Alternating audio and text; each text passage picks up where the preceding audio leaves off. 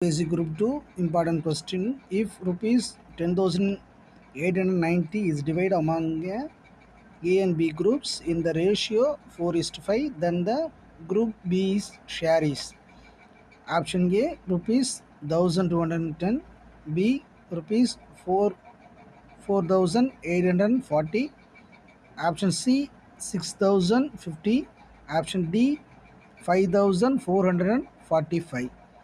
Option E answer not now.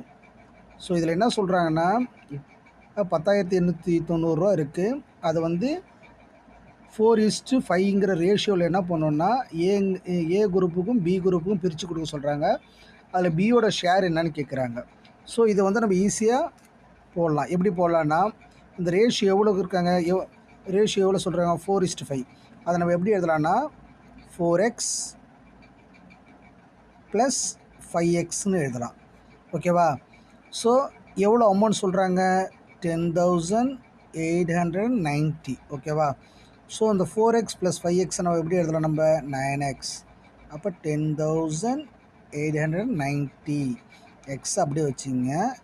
இந்த 10,890 அப்படியே இருக்கட்டும். இந்த 9 வந்து ரைட் சைடு வரும்போது எங்கே வரும்னா நம்மளுக்கு டினாமினேட்டரில் வரும். ஸோ இப்போ இதை நம்ம என்ன பண்ணலான்னா கேன்சல் பண்ணலாம்.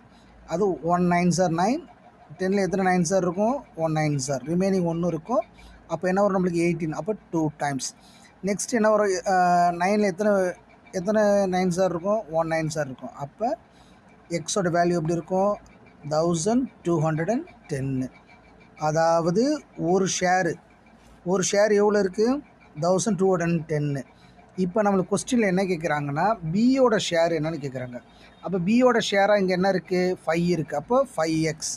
அப்போ பியோட ஷேரு எப்படி எழுதலாம் நம்ம, 5x. அப்போ 5 வச்சிங்க. எக்ஸோட வேல்யூ என்னது, 1,210. ஸோ மல்டிப்ளை பண்ணுங்கள். 0 வந்து 5ஆல் மல்டிப்ளை 0 வரும், இது 5 வரும். 5 2s are 10, remaining 1, 5 1s are என்ன வரும் நம்மளுக்கு 5, அந்த 1 நம்ம ஆட் பண்ணும்போது 6. ஸோ பியோட ஷேர் எவ்வளோ வந்திருக்கு நம்மளுக்கு, 6,050. So option C is correct.